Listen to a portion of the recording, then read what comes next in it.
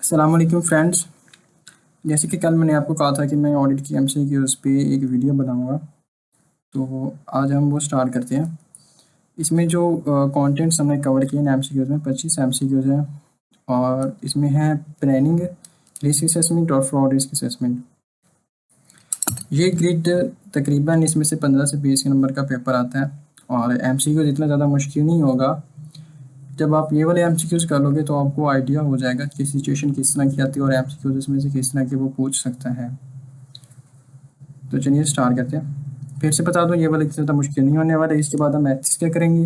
Ethics की भी इतनी ज़्यादा मुश्किल नहीं है, हाँ, पर उसमें से कुछ मुश्किल आ सकते हैं, जैसे वो जब हमें मोस्ट इंपॉर्टेंट थ्रेट या प्रिंसिपल आइडेंटिफाई करना पड़ सकता है, मोस्ट सूटेबल या मोस्ट इम्पॉर्टेंट जो उसमें से हो।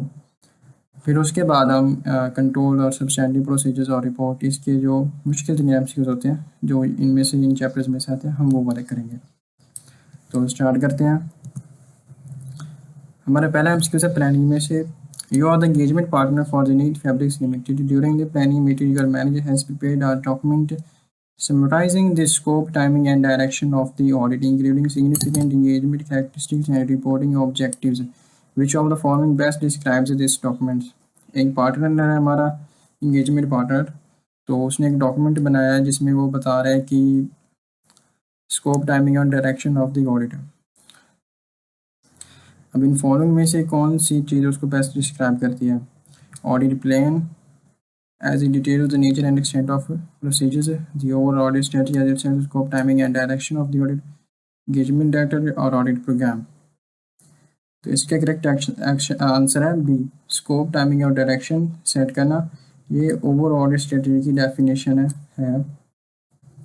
ऑडिट प्लान डिटेल्ड वेरिएंट होता है, प्रोसीजर्स वाला या वो नहीं मैच हो रहा। क्वेश्चन बी हमारा प्लानिंग में से ही है। During the audit of crescent textiles limited, Auditor decided midway through fieldwork to increase the extent of substantive testing on inventory due to newly identified obsolescence risk, which was not part of the original audit plan। अब Midway में आकर auditor ने ये कहा कि हम जो inventory है उसमें से कुछ ऑब्सोलेंस रिस्क आइडेंटिफाई हुआ है, तो अब हम अपना ना ओरिजिनल ऑडिट प्लान को मतलब चेंज करने लगे हैं और उस चीज़ पे ज़्यादा सब्सटैंटिव प्रोसीजर्स परफॉर्म करने लगे हैं। तो वो पूछ रहा है कि what must the auditor do regarding documentation. ठीक है, अब हमारा ऑडिट प्लान चेंज हो जाएगा।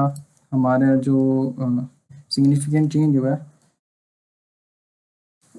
इस सिग्निफिकेंट चेंज को हमें डॉक्यूमेंट करना ज़रूरी है। पहले में वो बता रहा है कि नो डॉक्यूमेंटेशन इज रिक्वायर्ड, जो कि गलत है। Document the significant change made during audit along with the reason for it. हमारा करेक्ट ऑप्शन भी है। On inform the engagement partner verbally, नहीं, ज़ुबानी कलामी तो हमें नहीं बताना चाहिए होता। और D start the entire planning process from scratch, जो कि ये तो बिल्कुल ही गलत है कि फिर से स्टार्ट कर दो। बस हमें उस चीज़ को ना डॉक्यूमेंट कर देना है जो ऑडिट प्लान में ना हमारा चेंज हो रहा है, क्योंकि पहले हमने ये नहीं सोचा था कि हम इन्वेंट्री के ऑप्शन इस पे इतने ज़्यादा प्रोसीजर परफॉर्म करेंगे।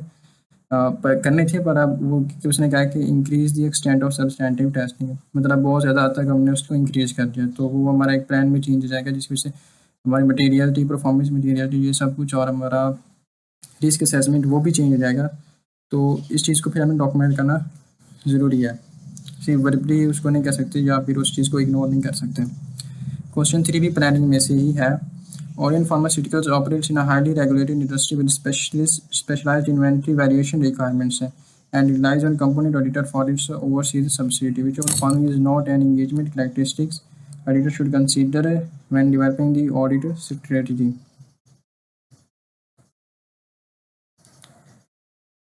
इसका करेक्ट आंसर है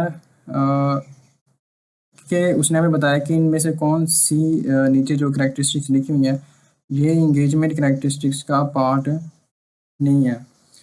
ऑप्शन ए industry specific financial reporting requirements, ये भी इसका पार्ट होता है। स्पेशलाइज्ड नॉलेज की नीड, ये भी पार्ट होता है, क्योंकि वो इंडस्ट्री की हमें नॉलेज होनी चाहिए, उसके स्पेशलाइज नॉलेज होना चाहिए। The staff bony structure of the firm, ये वाला ये गलत है, मतलब ये उसका करेक्टरिस्टिक्स का पार्ट नहीं होता, तो ये करेक्ट ऑप्शन हमारा सी ही है। अवेलेबिलिटी ऑफ ऑडिट एविडेंस ये भी होना चाहिए होता है।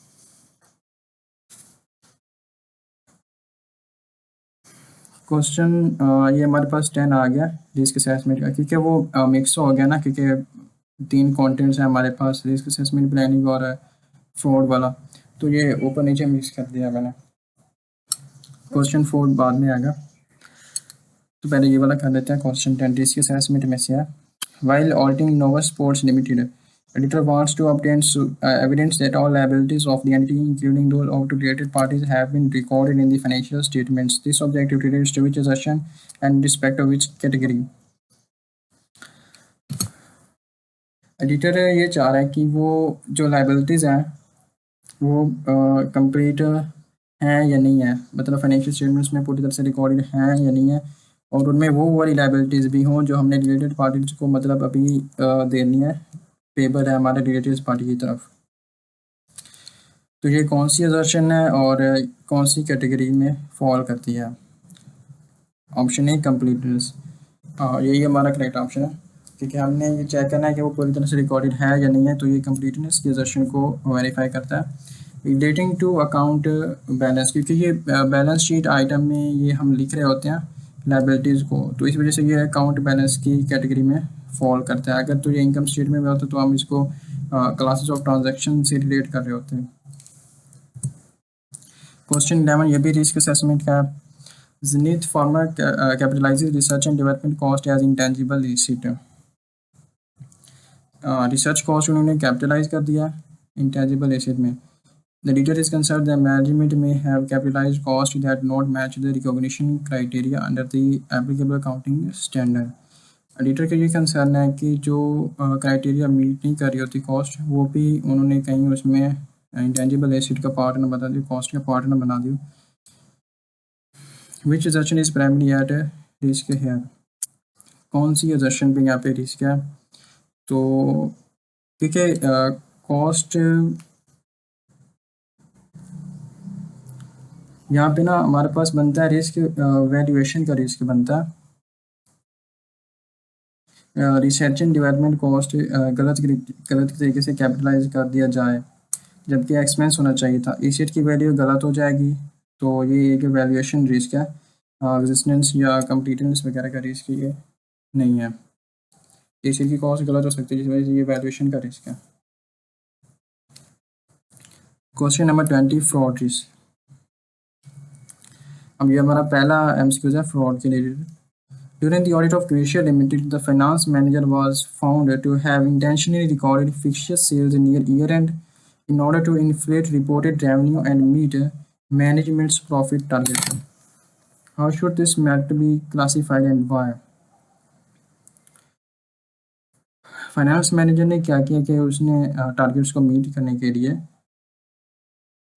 सेल्स को, फिक्शियस सेल्स को उसने ईयर एंड पे ज़्यादा रिकॉर्ड कर दिया। अब इस मैटर को हमने कैसे क्लासीफाई करना है?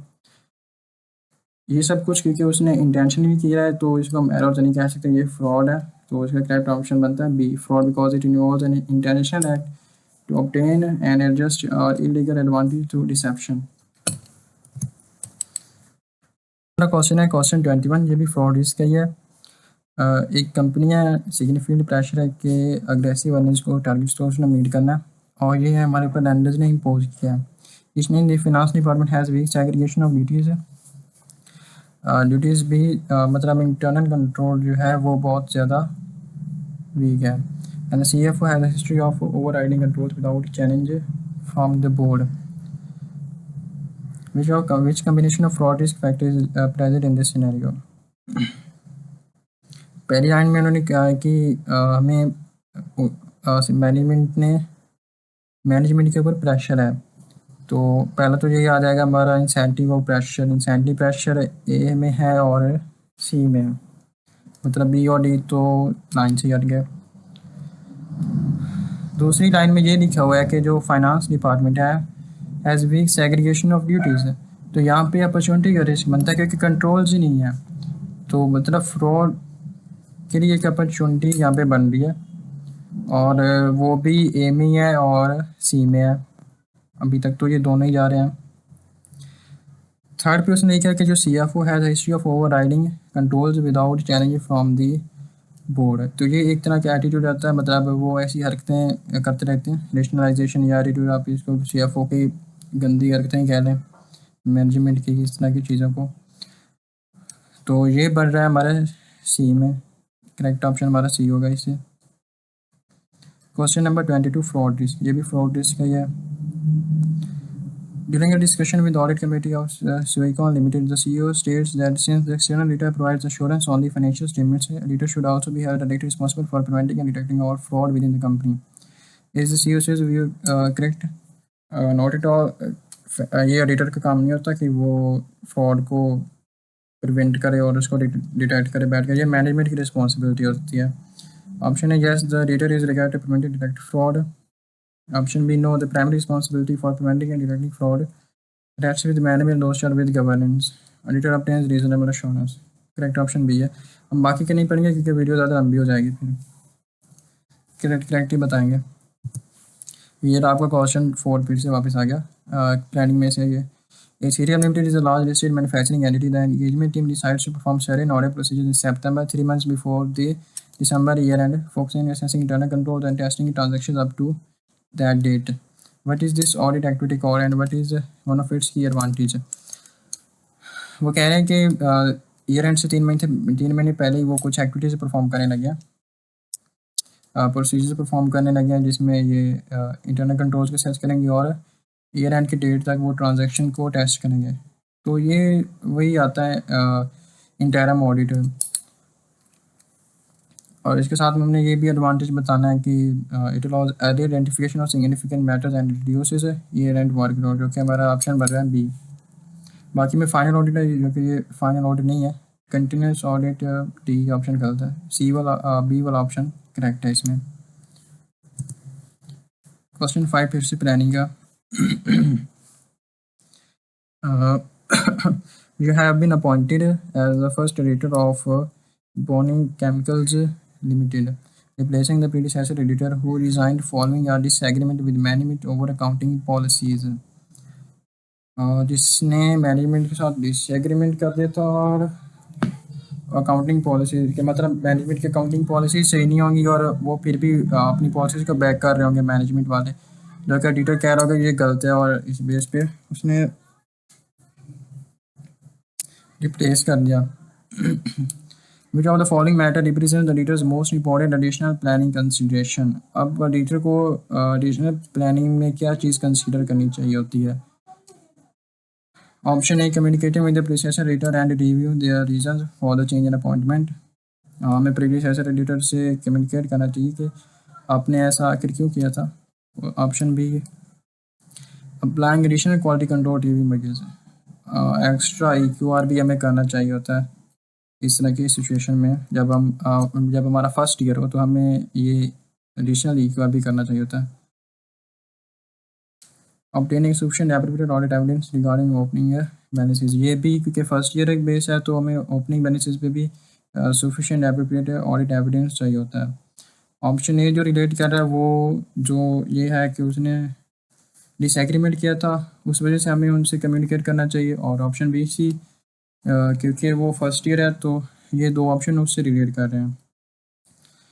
Option D, all of the above are important consideration specific to an initial audit engagement, तो हमारा करेक्ट ऑप्शन डी होगा क्योंकि हमें इन तीनों को ही ना कंसीडर करना चाहिए होता है। क्वेश्चन 6 प्लानिंग में से है, Alpha Mutual Fund is not for profit trust, finance primary through debt borrowings from bank and is considered a high leveraged entity. In determining the overall materiality benchmark for the audit, which of the following would be most appropriate? एक तो वो non for profit है और दूसरा वो date borrowings पे depend कर रही है। तो मतलब प्राइमरी यूजर इसके कौन से हैं? ये बहुत ज़्यादा इंपॉर्टेंट MCQs है क्योंकि नॉर्मली जब नॉन फॉर प्रॉफिट ऑर्गेनाइजेशन होती है ना तो हम उसके लिए रेवेन्यू और एक्सपेंस सिलेक्ट करते हैं एज ए बेंचमार्क 1% ऑफ। पर क्योंकि ये एक तो हाईली लेवरेज्ड है तो इसके जो प्राइमरी यूज़र होंगे वो होंगे लैंडर्स या बैंक वगैरह, तो उसके लिए हम 1% of total acid net acid इस चीज़ को सिलेक्ट करेंगे, इसको अपना बेंचमार्क बनाएंगे। तो हमारा करेक्ट ऑप्शन यहाँ पे बना है सी।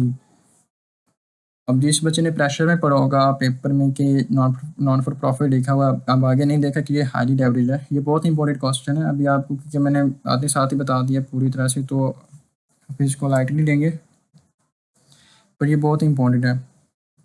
हमें इसमें वही कि देखना होता है कि एंड यूज़र कौन सा है फाइनेंशियल स्टेटमेंट का, जो इसमें वो बैंक और लैंडर्स है या ना कि नॉन फॉर प्रॉफिट के मेंबर्स। क्वेश्चन 7 ये भी प्लानिंग से है। While performing the audit of Silk Bank Limited auditor identifies an uncredited misstatement of rupees 8 million which is below overall materiality of rupees 15 million. However, correcting this misstatement would result in the bank breaching a debt covenant with its lenders. How should the auditor treat this misstatement? अब अगर हम इसको quantity को देखें ना statements की uncredited statement, तो वो 8 million जो कि 15 million से बहुत कम है, मतलब आप इसको इमटेरियल भी कह सकते हो, बहुत कम है, अभी बहुत गैप पड़ा हुआ है। पर अगर तो हम इसको ठीक नहीं करते, मतलब एक है ना कि गैप अभी बहुत पड़ा हुआ है, तो अगर हम इसको ठीक ना भी करें तो भी चल जाता है काम। पर यहाँ पे ये क्वालिटेटिवली मटेरियल है, क्योंकि अगर हम इसको ठीक नहीं करेंगे तो वो जो एक डेट कोवेनेंट है वो ब्रीच कर जाएगा, तो जिससे गोइंग कंसर्न पे भी इफेक्ट आ सकता है, वो अपने पैसे वापस मांग सकता है। तो ये क्वालिटेटिवली भी मटेरियल है, ये 8 million की मिस स्टेटमेंट्स। ऑप्शन है इग्नोर इट, नहीं बिल्कुल भी इग्नोर नहीं करना चाहिए। Treat it as immaterials is only to disclose not measurement, ये भी गलत है, मटेरियल नहीं ट्रीट करना चाहिए। Option C, consider it material due to its qualitative effect on the covenant regardless of its quantitative size. Option C है मेरा correct है, रीजन मैंने बता दिया। क्वेश्चन 8 है, ये भी प्लानिंग में से है। Overall materiality for Bacon Textiles Limited has been set at ₹5 million. Materiality 5 million पे सेट है बेस्ड ऑन प्रायर या uncorrected statements and the details understanding of the entity. Prior के बेस पे और एडिटर की एंटिटी के अंडरस्टैंडिंग के base पे परफॉर्मेंस मटेरियलिटी हमने 3.5 million सेलेक्ट की है। What is the primary purpose of setting performance material below over material? तो उसकी डेफिनेशन में से आगे ना परफॉर्मेंस मटेरियल के अनकरेक्टेड स्टेट में मिलकर मटेरियल ना हो जाए, तो ये ऑप्शन बनना है इसका बी। क्वेश्चन 9 ये भी प्लानिंग में से है। ड्यूरिंग द ऑडिट ऑफ सिजाज enterprises the auditor becomes aware midway through field work that entity has disposed of one of its major business segment significantly changing its financial profile from what was assessed at the planning stage. What is the appropriate auditor response? इसमें वो ये कह रहा है कि जब हम audit start किया था तो हमारा जो प्लान था अब और इस टाइम पे जो प्लान है उसमें एक चेंज आया है। उसकी रीज़न ये है कि जो एंटिटी का जो एक मेजर बिजनेस सेगमेंट है वो उसने डिस्पोज कर दिया। अब ये एक सिग्निफिकेंट चेंज आया उसकी फाइनेंशियल प्रोफाइल में, तो इसका इफ़ेक्ट मटेरियलिटी, परफॉर्मेंस मटेरियलिटी और रिस्क असेसमेंट इन सब पे आएगा। यहीं पे हम बताना है कि एडिटर का मोस्ट एप्रोप्रिएट रिस्पॉन्स कौन सा है। Continue with original materiality, not at all. Revise materiality to reflect the new circumstances and reconsider related risk assessment. Option भी करेक्ट है, बाकी आप छोड़े वीडियो लंबी रहेगी। Question 12 risk assessment. The auditor of Drug Alpha Limited assesses inherent risk as a high risk due to the complexity of foreign exchange translation and control risk as a high because of inadequate segregation of duties of foreign currency transactions. Inherent risk भी बहुत ज़्यादा high है foreign exchange की वजह से, और control risk भी बहुत ज़्यादा हाई है क्योंकि क्वेश्चन 12 पे रिस्क असेसमेंट। अब है हमारा क्वेश्चन 12 रिस्क असेसमेंट का।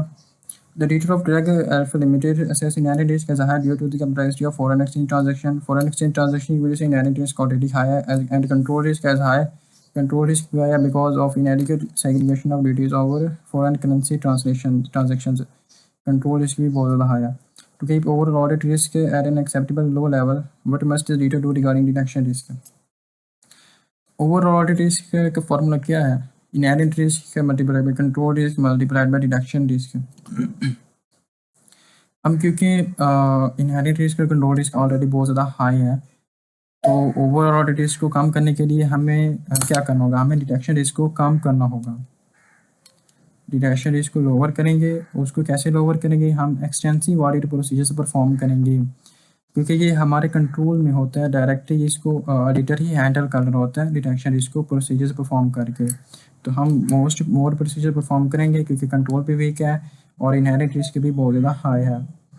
तो इसका करेक्ट ऑप्शन बन रहा है C, lower detection risk by performing more extensive and effective substantive procedure. Reason मैं आपको पहले बता रहा हूँ, तो हम सिर्फ करेक्ट ऑप्शन की तरफ ही मूव किया करेंगे। क्वेश्चन 13 रिस्क असेसमेंट में से है। Orion FMCG operates in fast-moving consumer goods sector characterized by intense competition and rapidly changing consumer preferences. Which of the following oddities is most likely to arise as a consequence of this business risk? Competition बहुत ज़्यादा है, fast moving consumer goods में operate कर रही है, consumer preferences change हो रही है। कौन सा रिस्क यहाँ पे बहुत ज़्यादा हाई है? तो इसका करेक्ट ऑप्शन है B, over statement of inventory due to stock moving और obsolete stock not being write down. Competition बढ़ गया है और कंज्यूमर प्रेफरेंसेस चेंज हो रही हैं, पुराना स्टॉक नहीं बिक रहा जिस वजह से इन्वेंट्री ओवर स्टेटेड हो जाएगी, तो उसकी NRVM और कॉस्ट और NRV ये कैलकुलेशन हम उसकी करेंगे। तो इसमें से रिस्क वही है कि वो इन्वेंट्री जो है वो ओवर स्टेट हुई पड़ी होगी। क्वेश्चन 14, ये भी रिस्क असेसमेंट सी है। During the audit of Vega dairy limited the auditor notes that the debtors turnover period has increased from 45 to 75 days. मतलब हमने क्रेडिट टर्म को क्रेडिट पीरियड इंक्रीज कर दिया, तो वो जो रिसीवेबल्स है वो ओवर स्टेट भी हो सकते हैं क्योंकि प्रोविजन हमने सही से कम रिकॉर्ड की होगी। While the creditors turnover has decrease from 60 to 40 days. अब हमें जल्दी पैसे पे करने पड़ेंगे जिस वजह से ये भी हो सकता है कि जो पेबल्स हैं उसको पूरा रिकॉर्ड ना किया हो, कम रिकॉर्ड किया हो। What is the most likely risk arising from this information? Understatement of provision for doubtful debts and understatement of record liabilities. देखने में तो ये भी सही लग रहा है, पर हम ऑप्शन बी भी पढ़ते हैं। Overstatement of receivables due to insufficient provision for doubtful debts. Receivables overstate हो सकते हैं क्योंकि insufficient provision doubtful debts के लिए रिकॉर्ड की होगी। And a completeness risk over payable, तो रिस्क पेबल्स भी कंप्लीट रिकॉर्ड नहीं की होंगे, इस चीज़ का भी रिस्क है। ओवर स्टेटमेंट ऑफ इन्वेंट्री तो है नहीं, अंडर स्टेटमेंट ऑफ रेवेन्यू वो भी नहीं है। ऑप्शन ए और बी में से अब हमें सही वाला चूज़ करना क्योंकि ये दोनों ही तकरीबन सही लग रहा है। हमने में से मोस्ट लाइकली, क्योंकि उसने ना मोस्ट लाइकली पूछा हुआ है, तो इसमें जो मोस्ट लाइकली है वो ऑप्शन है हमारे पास बी, क्योंकि इसमें कैलकुलेशन का लॉजिक आता है। डेटर डेज 45 से 75 बढ़ गया है, कस्टमर पेमेंट लेट कर रहे हैं, बैड डेट्स का रिस्क हाई है जो शायद प्रोवाइड नहीं किया गया, मतलब receivables over state. Creditor days 60 से 40 हो गया, कम हो गया। सप्लायर्स को पहले से जल्दी पैसे दिए जा रहे हैं, हो सकता है कि कुछ पेबल्स रिकॉर्ड ही ना हुए हों। Liabilities under state, missing risk. तो ये दोनों मेडिकल ऑप्शन बी को करेक्ट बना रहे हैं। Question number 15, risk assessment. Titan Appliances Limited sale declined by 30% during their following the entry of a new competitor. Competitor आ गया, फॉलोइंग प्रोडक्ट ऑफर कर रहा है, लो प्राइस पे कर रहा है। As a result significant portion of Titan's finish goods inventory remain unsold at year end. और ये तो वही है, वैल्यूएशन का आ गया कि हमें एंड आउट ही करना है। एग्जिस्टेंट कोई नहीं है, राइट एप्लीकेशन कोई नहीं, क्लासिफिकेशन कोई नहीं, वैल्यूएशन का ज़्यादा रिस्क है क्योंकि अब हमने उसको कॉस्ट और एनवरी विचएवर इज लोअर इस पर रिकॉर्ड करना है। हमारे प्रोडक्ट बहुत कम बिकेंगे अब। Question 16, Nova Electronics extended its standard product warranty period from 1 year to 3 years during the current year. Warranty period increase कर दिया, तो इसके असेसमेंट कर रहे हैं, तो हम मेरे माइंड में ये आएगा कि भाई इसने प्रोविजन अंडर स्टेट की होगी, कोई रिकॉर्ड नहीं की होगी। However, the recorded warranty provision has increased only marginally compared to the prior year. मतलब उसने वाकई प्रोविजन को, क्योंकि प्रोविजन 1 ईयर से 3 ईयर कर दिए हैं, तो मतलब चांस बहुत ज़्यादा है कि हमें प्रोविजन बहुत ज़्यादा रिकॉर्ड करनी पड़ सकती थी, पर उन्होंने क्या किया, उन्होंने सिर्फ थोड़ा सा ही मार्जिन मतलब बढ़ाया प्रोविजन में रिकॉर्ड करने में ना, तो यहाँ से वो एक रिस्क बनता है कि उन्होंने प्रोविजन को अंडर स्टेट कर दिया। ओवर स्टेटमेंट ओवर स्टेट कौन करता है, कौन सी कंपनी प्रोविजन को ओवर स्टेट करती है? Under statement of warranty provision not reflecting the increase warranty period. हाँ, क्योंकि वारंटी पीरियड बहुत ज़्यादा इंक्रीज़ कर रहा है, तो जो मार्जिन थोड़ा सा इंक्रीज़ हुआ है वो रिफ्लेक्ट ही नहीं कर रहा हमारे वारंटी पीरियड को, क्योंकि पीरियड बहुत ज़्यादा इंक्रीज़ हमने किया ना, और मार्जिन थोड़ा सा ही बस बढ़ा है, तो ऑप्शन बी हमारा करेक्ट है। Question 17, risk assessment. During the audit of crescent steel limited the auditor observe that the current ratio fall कर गया है, इधर सिक्योरिटी रेशियो ड्रॉप कर गया है, कस्टमर चला गया, सीधे से बात है गोइंग के सन पे रिस्क आएगा। तो उसके लिए ऑप्शन भी हमारा सही है। Question 18 risk assessment Hope Foundation registered charity drives almost all of its income from public donations in cash prevented at various locations and no invoices are issued. No invoice नहीं है तो भाई कंप्लीटनेस का risk आएगा ना। जब हमारे पास invoice नहीं है हम उसको कैसे वेरीफाई करेंगे कि ये पैसे हमें वसूल हुए हैं नहीं वसूल हुए। कंप्लीटनेस का रिस्क आएगा। What is the most significant audit implications of this arrangement?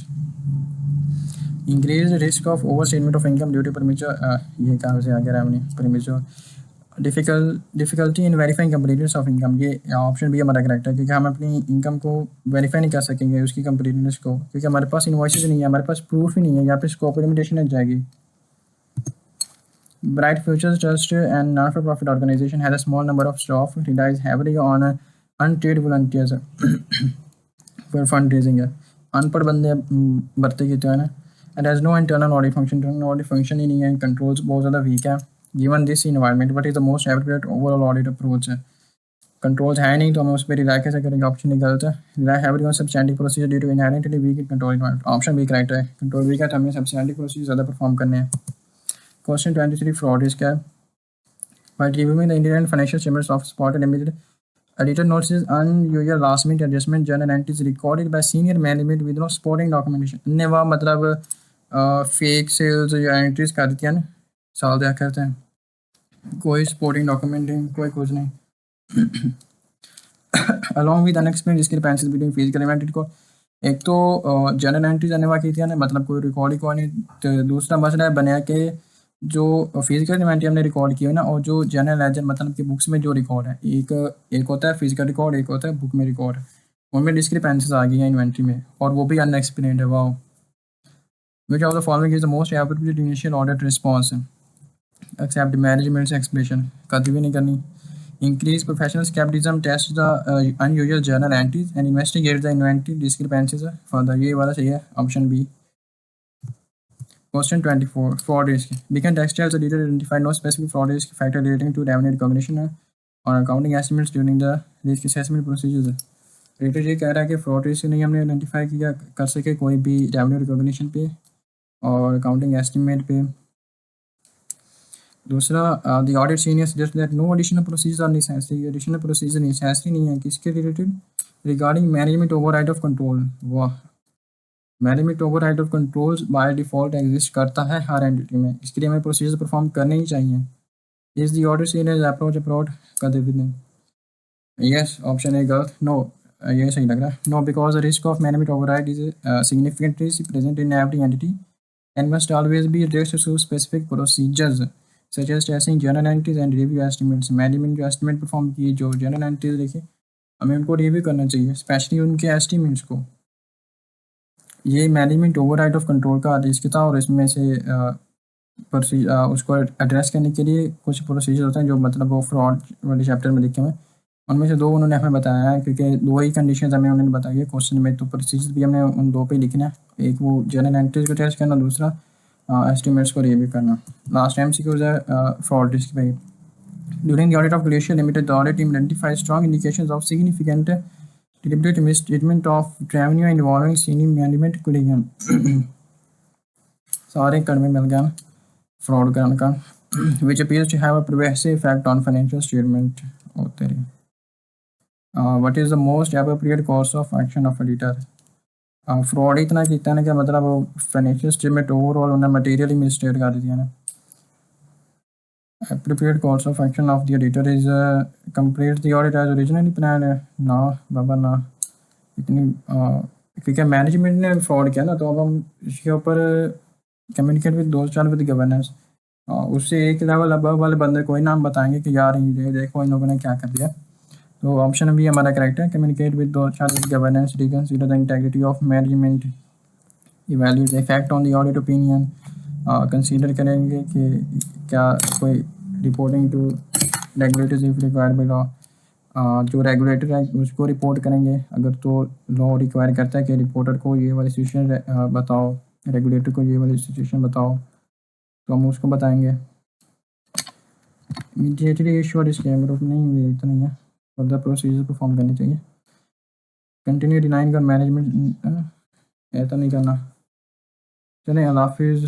बाकी इसमें बताया एथिक्स पे कल आ जाएगा। ये वीडियो बहुत ज़्यादा लंबी होगी, तो अब हम एक एक चैप्टर पर करेंगे। एथिक्स का कल करेंगे फिर हम। ये वाली की आप लोग देख लें, इसका भी स्क्रीनशॉट ले लेना, बाकी का भी स्क्रीनशॉट आप लोग ले लेना। अल्लाह हाफिज़।